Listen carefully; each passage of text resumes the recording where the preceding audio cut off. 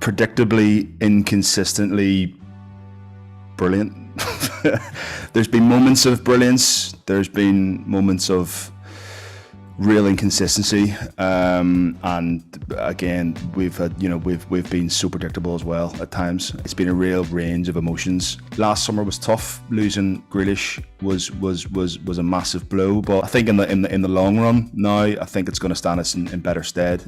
We aren't relying on just on him. We aren't relying on one player. To lose Grealish and bring in a player like Coutinho is something that we would never ever thought in our wildest dreams we would see a player of his calibre, and that's purely down to Gerrard. I mean, Coutinho would have come nowhere near Villa Park if it wasn't for Steven Gerrard. So I've looked at what he did at Rangers, and I think I think Villa fans understand what it will take time, and I think you just have to look at what Rangers have done in Europe, getting to the final, and that's pretty much Gerrard's team. He took Rangers from the abyss. I'm happy with Gerrard. I'm very content.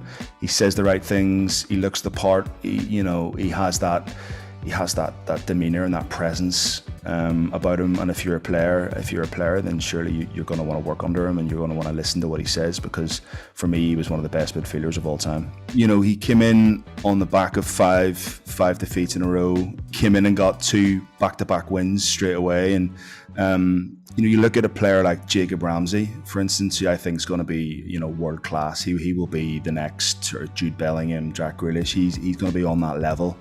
And you see what he's done to his game. I mean, for me, Ramsey, he's 19, he's one of the first names on the team sheet for me. And again, another homegrown player that's come through the academy. So I think we've seen glimpses of real attractive football. Going back to where we are and progression.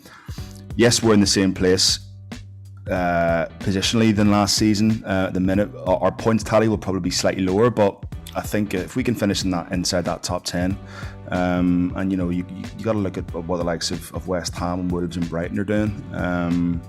We on paper we have enough to compete, and I think we'll go big again in the summer. Fabrizio Romano said that Coutinho looks like he'll be coming for around about 15 to 20 million euros, which again is an absolute snip. I have to say, I think there's been a huge disappointment with the likes of Leon Bailey. He hasn't hit the heights that we hoped. He's had a lot of injury issues. And to be fair, when he came into the club, he wasn't fit. Danny Ings has shown glimpses, so we spent the best part of 60 million on Ings and Bailey, and we've between them, I think they've scored. Ings has got 7, Bailey's got 2, so not even double figures between both players. So, but there will be big changes. I think Gerrard's been unhappy with some of the players' mindsets and mentality.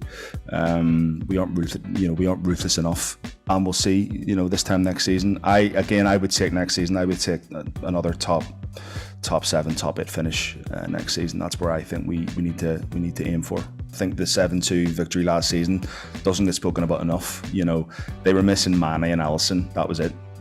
We absolutely destroyed them, and it could have been 8 or 9. That victory last season was it was the most impressive, I think, probably in the club's history. They're a very different outfit this season. We went to Anfield under Gerrard towards the end of last year, and it took a Mohamed Salah penalty to finally break us through, which I thought again was soft.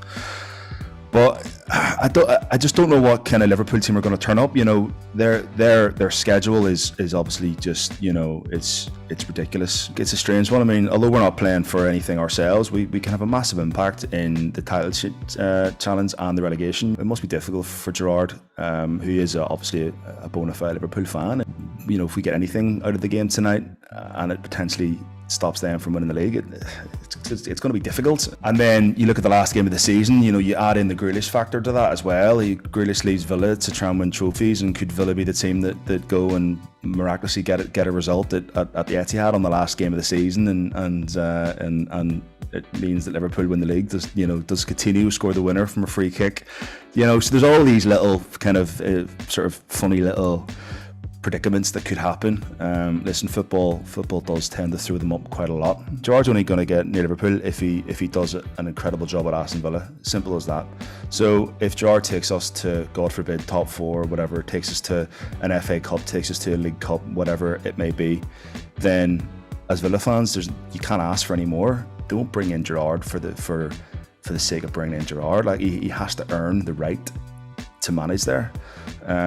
So if he does go there, then it's only off the back of doing an incredible job at Villa. So I'll be more than happy with that.